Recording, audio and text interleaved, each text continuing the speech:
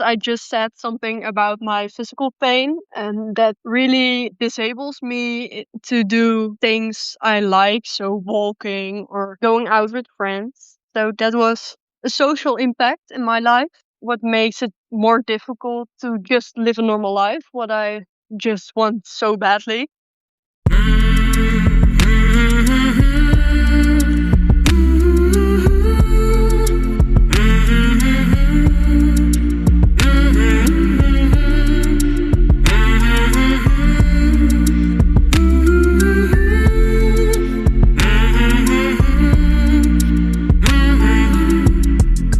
Hey there, my name is Sean, and this is Suicide Noted.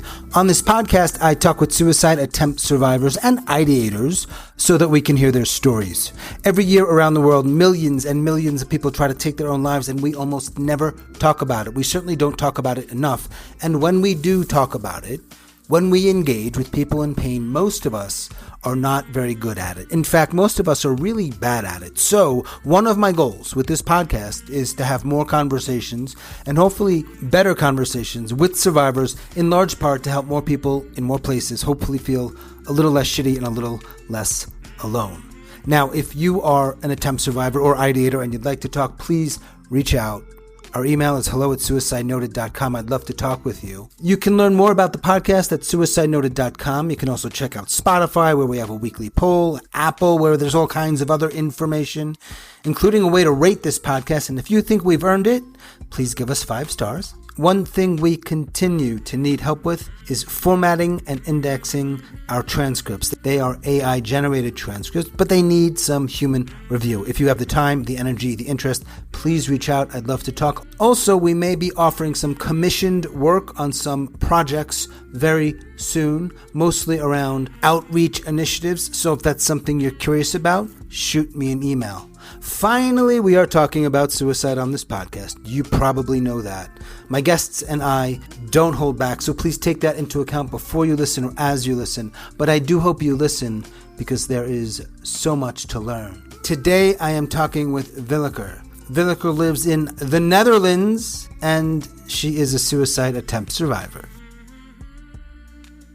Willeke. Hello. In the Netherlands. I sometimes struggle with English because it's not my native language. We can do it in Dutch if you want.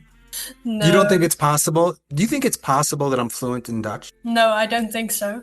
You are absolutely correct. I don't speak Yeah, I also thought that. But we actually have 2 languages in our country. What's the other one? Fries. Yeah, it's a sort of mix between like Swedish, English, Dutch. And I also speak that because my dad is from the upper part of our country. There's like a province called Friesland, and there they speak another language. So you speak 3 languages? Yeah, I speak 3 languages fluent, and I live close to Germany, so I speak a little bit German, but not so good. Do Yeah. you know, Willeke, that you are the first person from the Netherlands I've spoken to? Yeah, I asked ChatGPT about it, if I'm the first person. Yeah. Wait. ChatGPT knows this information? Yeah, if you ask him, he does know your podcast and Wait, a lot about it. why are you I calling asked, ChatGPT a he? yeah, I don't know, but that sounds easier. Well, in some languages like Spanish, there is like the feminine and the masculine. In English, we don't really do that. Especially in our neighbor languages, zeg maar, Mhm. as well, they talk especially with genders. Right. Well, if I had to choose what ChatGPT would be, I would prefer she, because I just think I tend to have better conversations with women than men. I don't know how you feel about men, but like, I just think the world would be better if women did, like, they were in more like leadership roles. Yeah, I'm completely on one line with you about that. Yeah. So not only are you the first person from, and I'm saying the Netherlands, not Holland, correct? That's really nice. That's a mistake many people make. So And also, I want our audience to know something. You're not only the first Dutch person I've spoken to, and I have a story for you about a Dutch friend of mine. If you remind me after we're done, because you will be blown away. yeah, I will. I want to hear that. I'm very. Oh, be careful what you wish for. But you were also, I think, the first person under 18. I have spoken to. Yeah. Oh, yeah. Because you also said that in the emails that I'm the first one. There have been some people underage. I never knew what the right age was because there's no real playbook here. Like there's no, it's conversations with people from all around the world. So I set the number at 18. But one of the challenges for me was I would say, well, can your guardian or your parent give you permission? But I also know people who are thinking about ending their lives might not be telling their parents about it. Yeah, no, I didn't tell my parents before. Of now, I spoke to my mom because my contact with my dad is a little bit difficult and a little, yeah, complicated. But I spoke to my mom and she knows about my suicidal thoughts and attempts because I'm underage and Right. she knows many things about it. So I asked if because she knows that I'm want to be a social worker later or work with the police to help people in that kind of situations. And And she really encouraged me to talk about problems because most people don't do that. So I'm really okay. I'm really glad that you're able to do this and that she gave you permission. And I want the audience to know because there might be somebody out there who's like, wait, what? This isn't okay. Willike's mom emailed me, separate email account, made it very clear she's okay. She knows what the yeah, podcast is about. She agrees to Willeke talking with me. So that's cool. yeah, All right. she actually listened a little bit of your podcast because she wanted to know some more about it. I'm in my living room right now and my mom is upstairs for me so I can take this in my living room. So yeah. Oh, is she going to come join you or no? This is just going to be me and you? I hope she doesn't join because she doesn't know everything I'm gonna talk about. Okay. But So so in some ways I might be the first person that you share some of these things with. I don't think so. But because my friends also know a lot about my problems. So and my therapist does know. How old are you? I'm 16 years old right now. Yeah. And you speak 3 languages fluently, and we're choosing to do this in English. Yeah, that's Okay. easier Right. for you, I think. Mhm. Tell me this. Well, first of all, thanks for talking with me. Yeah. How in the world did you find this podcast? I searched for the word suicide on Spotify, and then the first thing that came was your podcast. So, and I wanted to know more about it to feel less alone, as you always say. Why did you put the word suicide in Spotify? Yeah, because I was thinking about it a lot. Yeah, I learned about it to talk about it. I was struggling with it and I felt so alone in the subject. So I wanted to know more and don't have the feeling that I'm alone in it. Did you find anything in Dutch? I tried to, but I didn't find many things because in the Netherlands we are trying to have more awareness and we have a really nice hotline program you can Mhm. call when you feel suicidal or that kind of things. Mhm. But more than that, it's not many. So you have a hope line. Yeah, we have the helpline. It's 113. Oh, it's 113. Ours is 988. Easy to remember. Yeah, because our emergency line is 112. That makes Yeah. sense, right? Have you ever called 113? Yeah, I haven't called them because I'm really scared to call when I'm in a bad mood, you know. And Mm. you can also chat on their website with a professional so you can talk about it. Okay, so tell me why you get scared and you wouldn't call. Yeah, I just don't like calling. Uh-huh. But you do realize that we're talking. Yeah, I know, but that's different. Yeah, it is different. You're right. Very different. Yeah, Well, I want to know, do you know, so you certainly know the word suicide in Dutch. What is that? How do you say suicide in Dutch? suicide. So it's similar, Yeah, or it's called zelfmoord. which is self-murder, Yeah. right? And then do you know it in the other language? No, I don't actually know it because I Mm. don't talk with my family from there about this subject. Okay, so it's a sort of word that you wouldn't know. But do you talk to your dad a lot? No, I actually have zero to very little contact since January, so I don't Mhm. speak him that many. So it's been almost a year. Yeah, but it's getting better, luckily. I'm talking to him a lot more right now. Mhm. Okay. So I'm happy with that. Good. So I know how you found the podcast and I have an idea of why you did. Now, there's another part of that question, though. So people find it and people listen and people feel less alone, hopefully. That's one of the goals. But you're talking with me, and then at some point in the future, other people will hear it, right? People you'll never meet, Yeah, probably. So that's something, yeah. a choice that not everybody makes. So I'm wondering, especially at your age, it's like, wow, that's pretty courageous. So why do you want to talk with me and then have them hear your story? I've listened to your podcast a lot, as I said, and Yeah. most people were around 40, 50. Old. Yeah, no, that's not really old, but yeah, Uh-huh, uh-huh. it's for me, is it old? Because it's a lot of Sure. age difference, and they Yeah. talk about suicide when they're in their teens, but I want to be a teen who talks about her suicide right now because yeah, I missed that, and I wanted to be there for person of it for people who felt the same and missed that too. Yeah. Thank you. I appreciate that. They will too. You've tried to end your life, right? Yeah, about 5 times. Do you remember these might be hard questions, and you know that you don't have to answer them if you don't want to. Yeah, yeah. I want to know, do you remember when you first started thinking about suicide? And personally, not just the idea of it, but just like, I don't know if I want to be alive. When I actively started thinking about, I was around 13, I think. When I was little, very little, around 7, 8, 9, I did some things I think about later that were very risky, and I don't think they are attempts, but they are very risky for my life, you know? Oh. Do you want to tell me what they are? I don't remember exactly what things were, but I didn't care what I was doing. So you could easily get hurt or worse. Yeah, death. When I was just, I think, 11, my Okay. parents divorced, and that was really hard on me because I didn't see that coming. No one Mhm. did. All right. So your parents got divorced. This would have been about 5 years ago.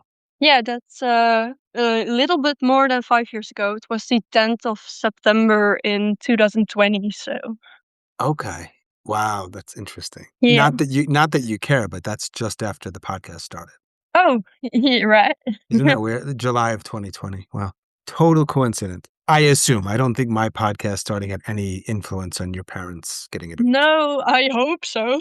I didn't think. So what happens between the ages of like 11 and 12 and 13? Because you said at 13 you start to think about it. Yeah, I always struggled a lot at my first school of when I was younger. I don't know what it's exactly called. I think primary school. I was bullied a lot.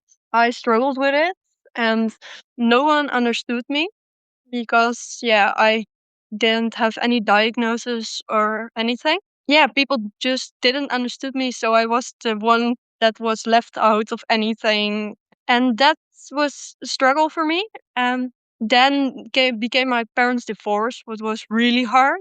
And then I hoped at my middle school the bullying would stop, but it started all over again with a lot of yeah, that I was threatened a lot, that I needed to die, and So when you say people didn't understand you, what do you mean? I was always a little different, Tell and me. people couldn't handle that. And so I'm going to ask And you more, but it might be hard. Like, so when you say different, in your words, yeah, I was weird. I did things other people didn't. Yeah, I don't know what other words I can give it, but weird because it was weird. I was weird.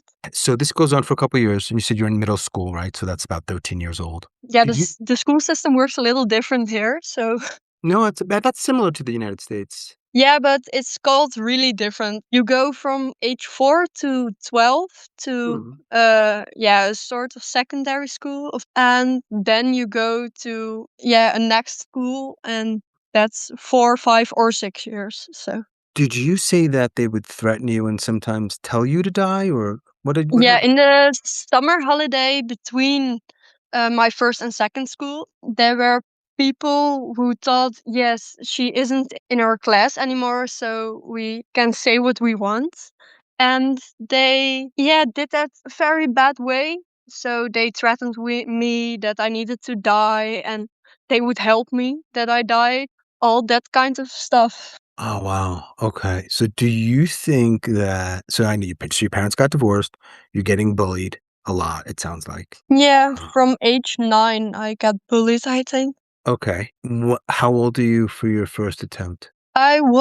It's December last year, so I was 15. So this goes on until you're 15 and then the one day in December last year, so almost a year ago you tried. Yeah, I started self-harming when I was 13, so I think that was a connection to the thoughts. It's just like so hard because I'm always trying to figure out and better understand like the suicidal mind, if you want to call it that, right? Yeah. And so I want you to use your words however you can, then take your time. What is it like to go from those years, especially 13 and 14 and then into 15, to start to think about it? And then I imagine start to think about it more. Like tell me about it as best you can.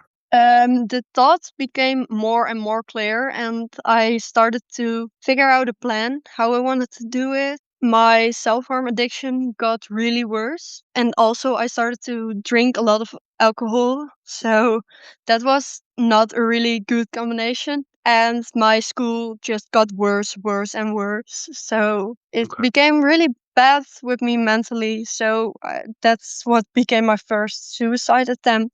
And while this is happening, I'm curious, like, does anybody in your life, your mom, your dad, your teachers, a friend, whoever else, do they have an idea of how much you're struggling? I told my therapist about a few things because I had a therapist for my ADHD and autism diagnosis. I told her that I was self-harming and that I struggle a lot with eating and with alcohol, and she always listened, and I really, yeah, enjoyed is not the right word, but I liked it how she talked to me, and it was a really good connection. But you don't see her anymore? No, I did go. So I needed to go away from that therapist company because they couldn't help me anymore because I was mentally so unstable. I needed help. What was more, yeah, more intense help I needed. All right, so you were diagnosed with ADHD and autism. You were getting bullied. Yeah, You were drinking. You were self harming. When you say that, you mean like mostly cutting. yeah, I always got. And then at I burned 15, 2 times, but that was really a really bad burn. Yeah, got really red. I don't know if I heard you correctly. So mostly you cut, but sometimes you try to burn yourself. Yeah, I burned myself 2 times, in one sitting 2 times. It was really bad. It hurt a lot. Yeah, it had an inflammation, so it was really bad. And I A- learned not to do that. So you're living at home at the time. You're pretty young. Just the drinking and the cutting. How do you hide that from people? Your mom and dad especially. I always wore long sleeves, or pants right at my knees so they couldn't see my thighs or my arms. That was it. And drinking I did with friends on the weekends. That was when I was 15, I think. So 14, 15. I asked you that question because I'm just curious, what it's like to be you. I'm not, because people might be thinking, how do I hide this from my parents? Thanks, Sean. You gave me a good idea. I'm not asking for Yeah. that reason, but people will figure it out like you did. No, Uh, I understand what you mean because Yeah, it's difficult to hide something from your parents when you live under the same roof. for sure. Yeah. Tell me about the attempt as much as you want to, especially the first one. And Yeah, my first attempt, many people didn't know about what's different from my other attempts, but I tried to OD when I was alone in my room. I couldn't sleep because of all the stress that ODing gave me. I couldn't sleep and I felt worse and worse. I was really nauseous, but eventually I fell asleep and wake up the next morning. So that was my first failed attempt. and you use what? And this is like prescribed medication. No, I took everything I found. I had collected pills a long time. All right. So you go to sleep, you wake up, and then what happens the next day? I mean, you go back to life. Do you tell anybody? I first didn't tell anybody. I think I told someone like 2 months later, but not right at the time. I just lived through my days. Did you want to tell somebody? Yeah, but I didn't know how or how they would react, and I was really scared they would message or call or. Yeah, tell my parents. And you said in total Yeah. you have five. So when was the most recent one? My most recent one was, I think, yeah, 4 weeks ago. So you had 5 attempts in 10 months, more or less. Yeah, yeah. Yeah, my first 2 attempts, I didn't tell anybody until was switching from therapy a lot, and I was talking to a person who would arrange my therapy, and I told her that I attempted those 2 times, and as I thought, she told my mother, but I know she needed to do that because she can't keep that away from my parents. That's legal, not legal to do. And then she took me because I was suicidal again. That's the reason I told her. And then she took me to the hospital crisis team, and they had a look at my case, and I needed to talk to them about how I felt and what was the risk of me trying it.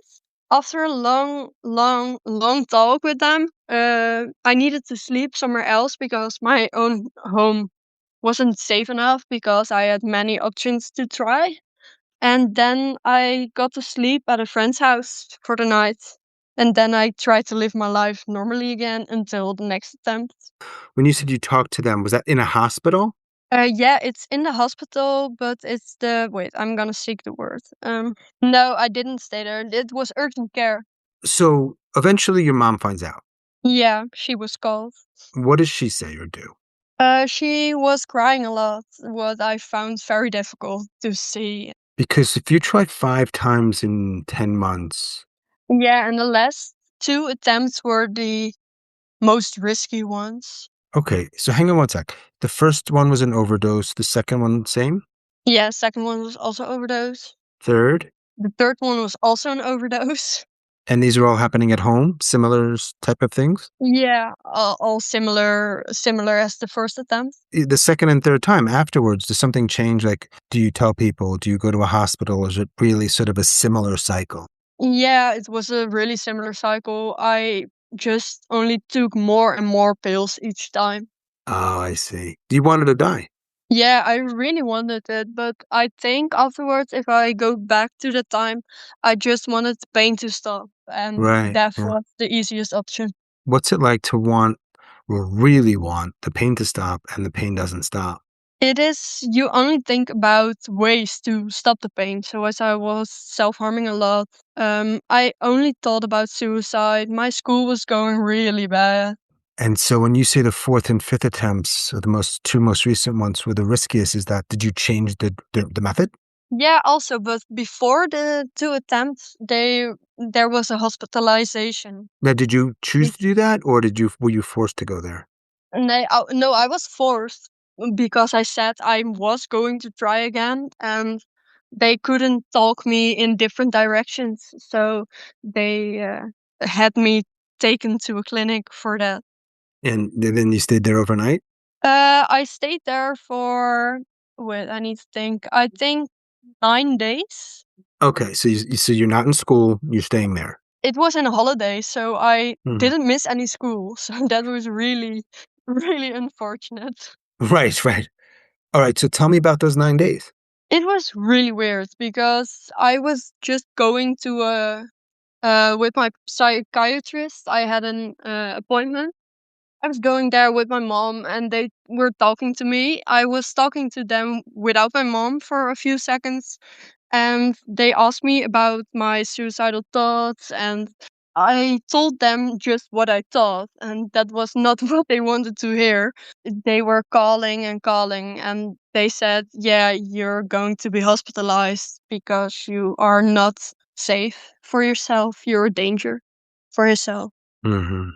Do you think they were And right? I sat there for about 12 hours before I was brought to the institution where I was hospitalized. Do you think you were a danger to yourself? Yeah, I was. I was a very much dangerous person to myself at that point. Okay, tell me as best you can recall, when was this? When did you stay those 9 days? Was that, like, in the spring or summer? It was in spring. It was in April. Okay. The last week of April and the first week of May. Tell me about the 9 days Yeah. in the hospital. Tell me what happened and how it was. Now, I just went to the hospital. It was an hour and a half drive there, and my mother couldn't bring me because I was a danger to myself. So they called a special car would bring me there. That was really scary because I was in a car for about 1.5 hours with someone I didn't know, and they were just gonna bring me to an hospitalization. So it was really scary. Yeah. And I had a weekend uh, planned with a lot of funny things. I was going to a party because it's King's Day, or King is his birthday is then, and we have a big party then through our country. So I was going to parties with friends, and suddenly I was in a hospital, and that was not going really well. Then the days, yeah, they were just a blur. I didn't know what to do. It was really hot. It was about 30 degrees Celsius, so it was really hot. And yeah, I happily have my phone, so I can do a lot of games on my phone, but that was Uh-huh. it. At your age in the Netherlands, Yeah. what how do they treat a 16-year-old who's suicidal over that week plus? What do they actually do? It were 11 days. What I know that it was blurry, but like in general, do you talk to doctors? Do you have group sessions? Do you go for a walk? What is it like? Yeah, every morning we went on a walk, and that was around 8 a.m. So that was really early in the morning for me. And we're just gonna walk with a lot of people from the institution because, yeah, we couldn't walk away. So, yeah, that's not gonna happen. That were my days. We walked in the morning, and the rest of the day you needed to make through the day. And I had a lawsuit because I was in the hospital, because it's forced when you go to a hospital where it's forced in the Netherlands. Yeah, a judge must decide whether you are correctly in the hospital, and they need to determine or decide if you're gonna stay there longer, because the legal time you're gonna stay there until a lawsuit is 3 work days, and then there needs to be a lawsuit. Otherwise, yeah, that's gone wrong, and that are the rules in the Netherlands. Okay, so what happened with the judge? What did they say? Yeah, now they said I was free to go because they didn't found me suicidal enough. But just said to them that when I was going to go home and I was home, I would try to kill myself. And they said, "Yeah, you're free to go." It was really weird. Yeah, And you told them and you weren't kidding. yeah, so I was really confused about that. And the institution where I was said they could hold me longer there, but I needed to work with them on rehabilitation. But you didn't do that, or you did?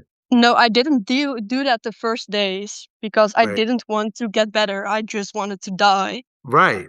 That was really difficult, and they, yeah, said to me, "You need to work with us, otherwise you will go home." I didn't know how it all worked. We had a lot of meetings with a lot of psychiatrists, therapists, and a lot. My records of people on a meeting were like 15 people talking about me, making decisions for me, so it Yeah. was really weird. How much did you get to talk during that time? Mostly because they wanted to hear my opinion. Okay, well, that's good, I think. And so that was early May, and so when is this next attempt after that? It was on the 11th of September, in the night of the 12th. So, yeah.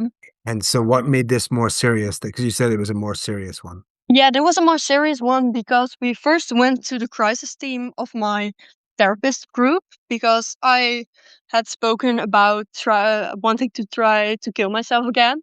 So they have a crisis team where you go and they assess you and see how urgent your attempt urge is. They said, "Wait, we can't do anything for you because if you want to kill yourself, you're just gonna do it. So you can go home."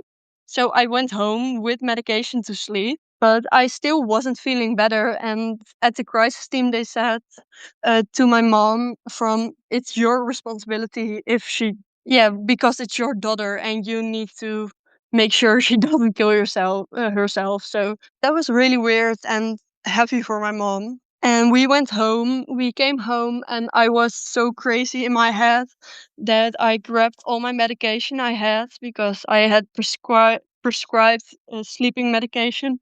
That's also an antipsychotic. And I just began to took them all in my living room with my mom next to me. So she wasn't really happy about that. And she tried to take away my medication, but I didn't want that. So I grabbed the medication and run out of my house. And she said, I'm gonna call the police because you're a danger. So she called the police, and I was running away from her. She grabbed her bike and came after me, but she didn't find me. So, like, after half an hour or longer, the police were seeking, and I saw their cars riding in front of me. And they said they were seeking and seeking, and I was gonna walk again, because it was cold, and I didn't know what to do, and I wanted to make farther away. But when I was walking, they saw me, the police, and they run after me. I didn't really run because I have problems with my leg, but they to help me found me and hold me. So, and they asked me what I took, and they were calling my mom so she knows that I was found. And because of I took about 40 pills, I think. Because of that, they had called an ambulance, and one of the female police officers went with me to the hospital where they put an IV in my arm and a lot more. And then they emptied my stomach. That's a really weird feeling. And with the famous charcoal I had in my mouth. And after that, I was a full night and day in the hospital where I was assessed by a lot of psychiatrists to see if I could go home. And they decided I couldn't go home. So I was hospitalized again, what I didn't want. So it was forced. And I Mm-hmm. went to a psychiatry about an hour away from my house. My mom needed to be there as well because they have a system called rooming in. So they can learn the child who have problems and the mom who's of the parents who's with them all the time, so they could get better along, and so it would get better at home, and the risk of suicide was a lot less. And I was there for about 3 days. We had a lot of meetings with psychiatrists and therapists, social workers, and I was getting help really well. It was really nice. But my own psychiatrist I had called the clinic where I was to let me free because she wasn't really a fan of forced hospitalizations. I came home on Monday, and that was my fourth attempt. Oh, so that's when you attempted. Yeah, I attempted after I went to the crisis team, and they said, "Wait, we can't do anything for you." And then I attempted, and police found me and had bring me to the hospital. Oh, right, right. But I was wondering, like, so, but when your therapist told you to leave, and then you said you attempted, right? Yeah, I was at the crisis team, and we were sent home. When I came home, I started to take all my medication. All right, and I just want to be clear on the timeline. That was the fourth attempt, right?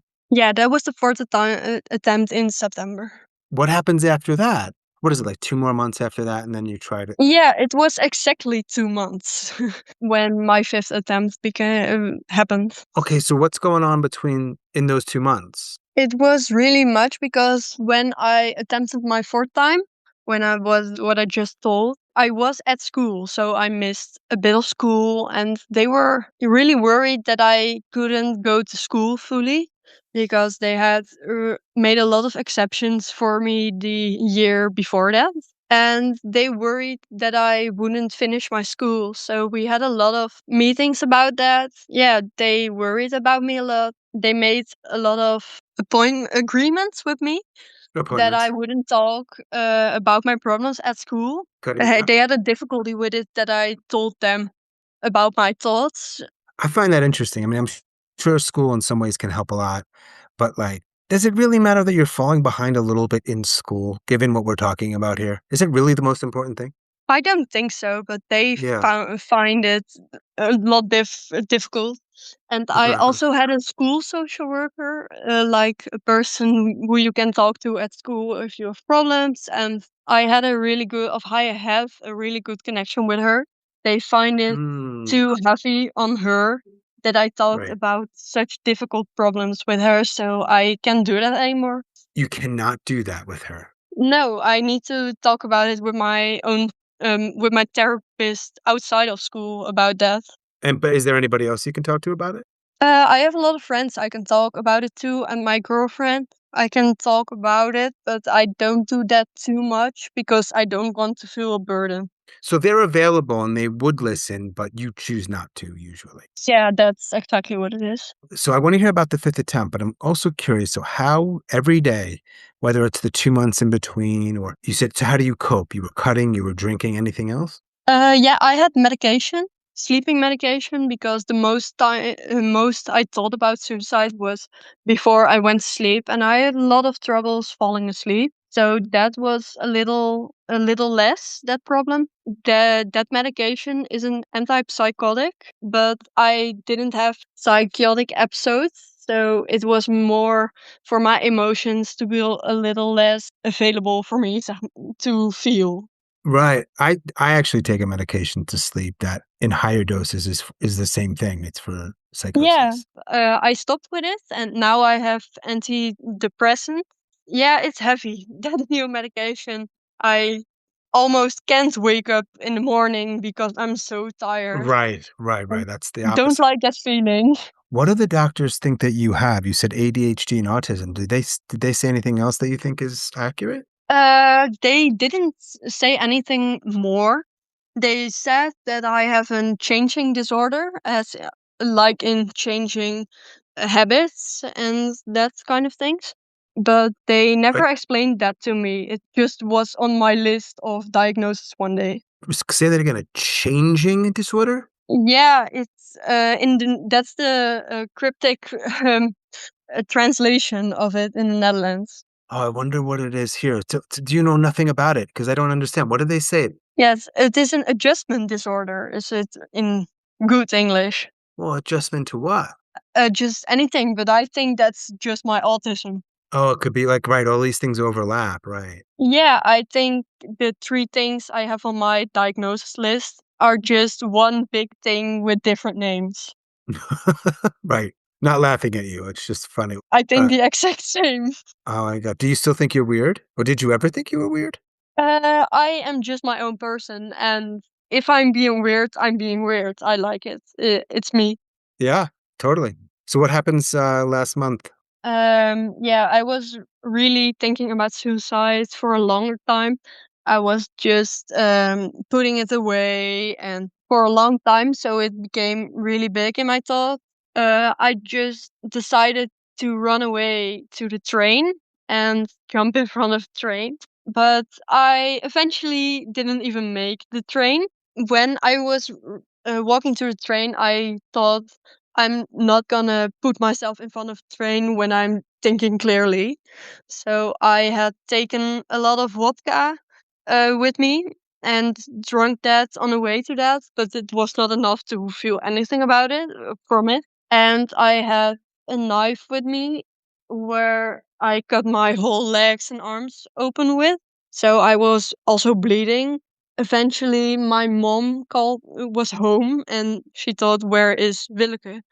And she called me a lot of times, but I didn't pick up the phone. And she eventually called my dad, who I wasn't really in contact with, but more than earlier in the year.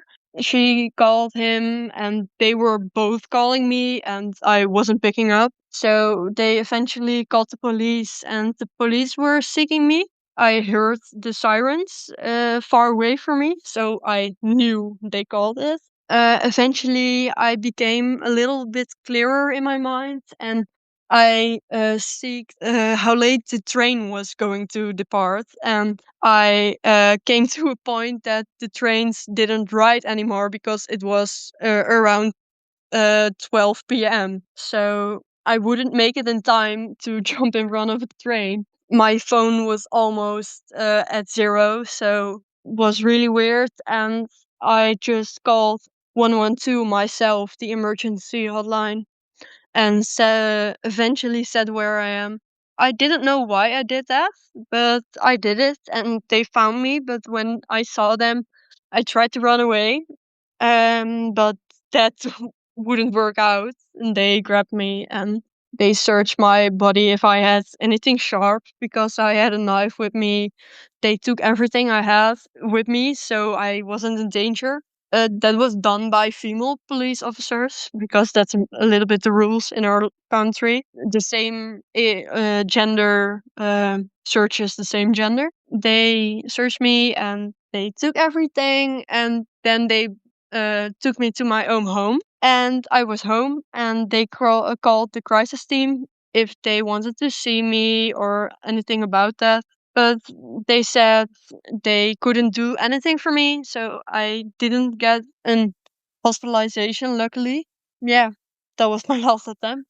When did you find the podcast? Was that after the last attempt? No, it was before my first attempt, even. It was in 2022, I think. Oh my God. Okay. So after the fifth attempt this year, that's when you reach out. Yeah, I reached out to you 3 weeks ago, I think so. Why then though? I mean, you had been listening for a few years. Yeah, I always thought I was too young to talk about my problems with you. And when I first started listening to your podcast, I didn't even attempt myself. And now I attempted a lot of times, and I felt a little more valid to talk about my story. I reached out to you, but I wasn't thinking I would become on the podcast because I was underage. But it was possible with parental consent. So Here you are. We're good. We're trying. We're doing it. So are you planning another suicide? Not at the moment because I am getting help. Started a new therapy form, and I hope that helps. But it's always an option. So for over a year now, it's been an option. Do you have any brothers or sisters? I have a stepsister who's 8 years old, Okay. and I have a half brother who is 10 months old. Oh, I'm doing the math on your parents. Okay, got you. So is that on your mom's side or your dad's side? My dad's side. And he's a baby. That was in the 19th of January. My little brother is born. All right, cool. Do you have any friends that struggle the way you struggle? Yeah, a lot of them. I always say the same kind of people seek the same kind of people. Mm-hmm. I almost all my friends have struggled or struggle now with suicide. Right. So you have friends who've tried to end their lives. One friend actually tried it, and a few friends said they have the thoughts about it and they struggled with self harm a lot. I wonder if this is common among 16-year-olds around the whole world. In our country, they say 1 in 3 people have of my age have ever tried to hurt themselves. Well, hurt and try to kill are a little different, but yeah.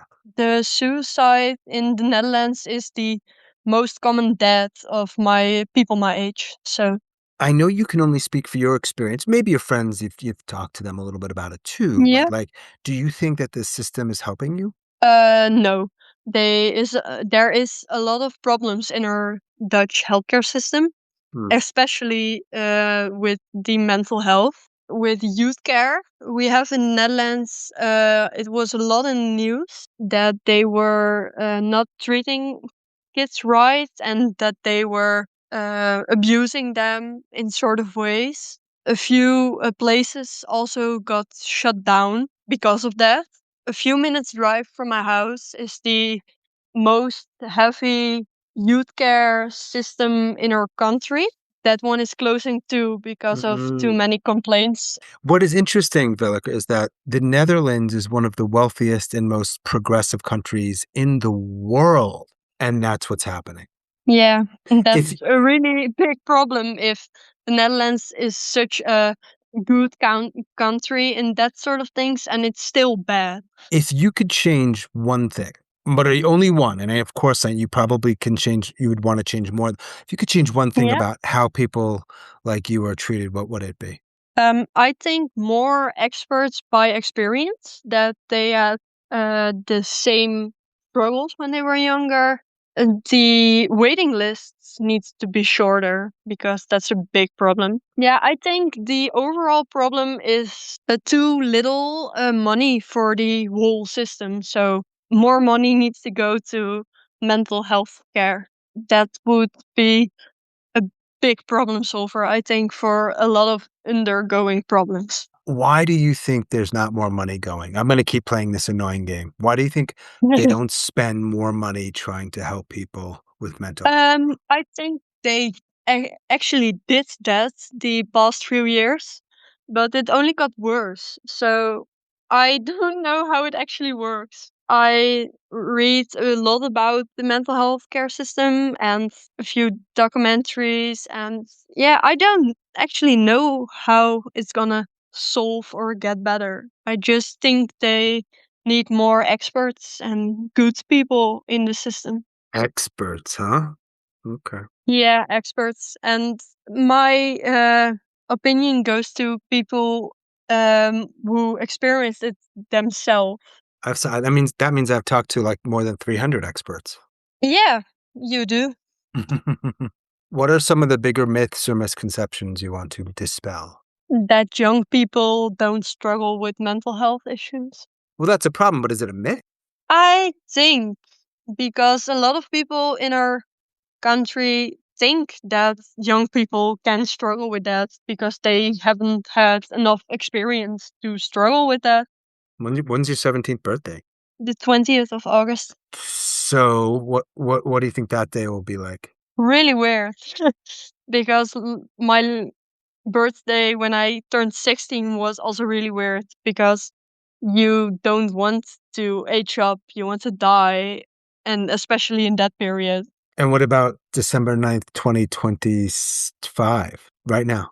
Do you want to die? Hmm, that's a difficult question. I know. I don't think I want to die. I want my problems to go away and I want to feel better. Yeah, of course. My death seems the easiest option, but I know it's not gonna work. So when you think about maybe dying, and it sounds like it would be suicide, I'm sure it's a complicated emotions, right? But like Yeah, it you is. say you want the pain to end, like what are you also scared or are you sad? Are you what are there other things when you think about it that you feel? I am not scared about death. I want just my pain to go away. If that is an option of my death, is there an option for why not? So I'm sure this is the kind of question that a therapist asks, and I'm not a therapist. But Mhm. when you say pain, and I know you're trying to do this in English, and it's hard because some of these words, how would you put words to the pain?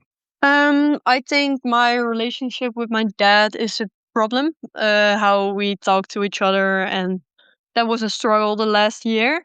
So that's a few words for my pain, and my physical pain is a thing in my life because I struggle with undiagnosed chronic pain. Yeah, I have strong pain meds for that to just do normal things like walk. Oh, was that right? And you're 16. Wow. Yeah, they are doing very much testing what is the problem. Now I'm going to start a rehabilitation for my pain.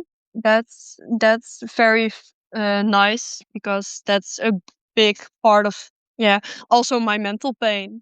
Well, the mental pain is the one that really might be the hardest to put words to, no? Yeah, and my physical pain makes my mental pain worse. So Of course. Yeah. If you've heard the podcast a lot and you've probably thought about your memoir title, haven't you? No, I don't really understand what you mean with that sentence, though. Well, I don't know what memoir is in Dutch, but people write memoirs are usually writing about themselves and their lives or part of their life. So the title is just like a nice, easy way to capture that idea. Yeah, just like a title of a book about myself. Yeah, exactly. So that's a difficult question. I think the word weird should be in it. Yeah, I do think that because that's a big part in my life. I just Right. do what I like to do, and what other people think about it, I don't care. So, All right. We don't have a title, but we know one word for sure. yeah, weird is gonna be in it. I love it. And so I'm wondering, what are some other things you do that you or maybe other people think are weird that you like doing? I have a stuffed animal who's literally my obsession. I take him everywhere. So Mhm. his name is Plotje. Wait, what? What's his name? Plotje. Okay. What does it look like? He's red. Wait, I'm gonna show it to you. But why is that weird? Because I always walk with a stuffed animal, and especially in my mouth. So Oh, really? All right, so okay. Willeke and I have mostly not been doing video because of a Wi-Fi issue, but now I can see you and this. Wait, so and you put it in your mouth, and people think that's weird. yeah, So but funny. I love my stuffed animal, so he Yeah. is gonna go everywhere with me, and it's my comfort item. So his name should also be in it, I think. Do Dutch people usually get buried in cemeteries or cremated, or what happens after you die? It's what you choose. What have you thought about that? Because you've clearly thought about death a lot. Yeah, I want to be buried, or I want to be given for, Research. yeah, for research. So if you get buried, are you going to get buried with this red animal Yeah, in your yeah, mouth? In your mouth? yeah, yeah, Okay, I'm yeah. sorry. I It's would just hope so. pink and purple pill question, Vilika. Yeah, I You knew that was. you knew this was coming. I'm almost sure I know what you're gonna say. What do you What think I'm gonna say? all right, I'll tell you what I think you're gonna say. And I also wonder, because you've been listening to the podcast well, if your answer has changed at all over time. So Yeah, it has changed. it has changed. Okay, so I'm gonna say, but don't let what I say influence what you say. I don't think it No, will. no, I won't. I won't. All right. I think there was a period of time when you started listening to the podcast and you first heard that you had never tried to end your life. And I think that scared you. I think there were points when you were most suicidal or at or around your attempts, where of course you would have taken it.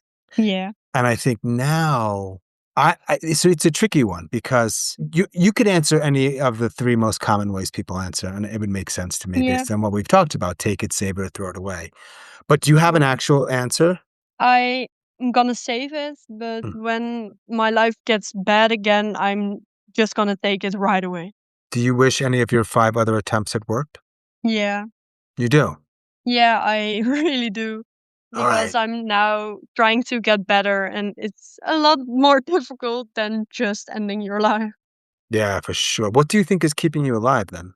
I think my friends, my girlfriend, I love her really Mhm. much. Yeah, just going on with everything. Do you like football, soccer? I liked it. N- I just watch it sometimes. I wanted to play it when I was younger, or a few years ago, but because of my pain in my legs and my back, it Uh-huh. wasn't an option. But do you ever watch, like, Holland, Netherlands play soccer, like, the World Cup is coming up?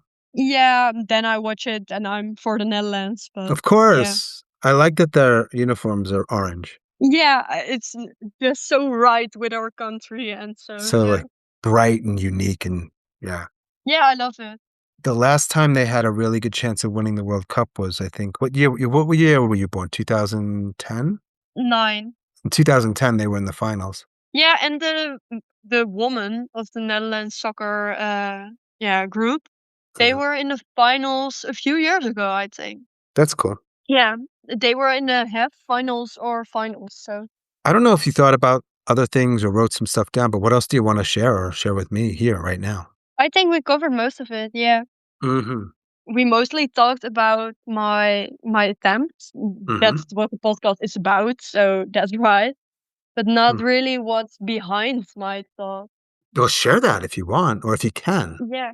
Yeah, I think a few things would make it a lot clearer what I feel, because I just said something about my physical pain, and that really disables me to do things I like, so walking or going out with friends. So that was a social impact in my life, what makes it more difficult to just live a normal life, what I just want so badly.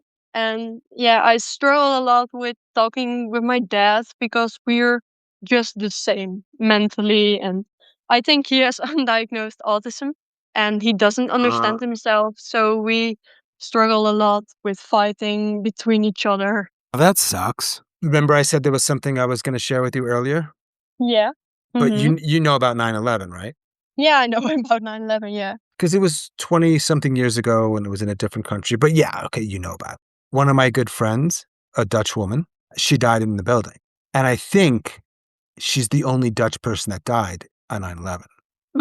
I didn't know that they were Dutch people there. Yeah, yeah, So. yeah. I mean, she was living in the United States and she's Dutch. Oh. I always thought like maybe because she's the only Dutch person that like a lot of people know her name there. No, I don't know her name. No. Well, I'm gonna send it to you and then you're gonna Google it and see if you can find anything. Yeah, I'm But gonna do that. thank you for speaking with me, Willeke. I really No appreciate it. problem. Yeah, my first guest from the Netherlands, 16-year-old Willeke. It's awesome. Thank you so Yeah, much. I hope I told my story so people could understand it because English is not my native language.